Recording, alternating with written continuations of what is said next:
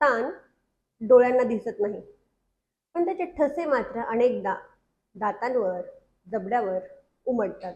दिवसभराची धावपळ, जबाबदाऱ्यांचं ओझं, उद्याची चिंता आणि कालच्या आठवणी हे सगळं मनात साचत राहतं. आणि मग नकळत रात्री झोपेत दात आवळले जातात, एकमेकांवर घासले जातात, दातांना तडे जातात. तो स्ट्रेस जॉईंटवर रिफ्लेक्ट होतो. हास्याची धार बोथट होते, दात झिजतात. म्हणून फक्त दात स्वच्छ ठेवू नका, मनावरचं ओझंही झटकून टाका. थोडा व्यायाम करा, थोडी ध्यानधारणा करा, थोडं स्वतःसाठी वेळ द्या, स्वतःला जपा.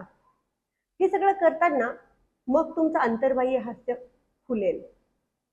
मन समाधानी असेल, मन शांत असेल, तर सगळे आजार आपसूक बरे होतील. तुमचं हास्य निरोगी राहील.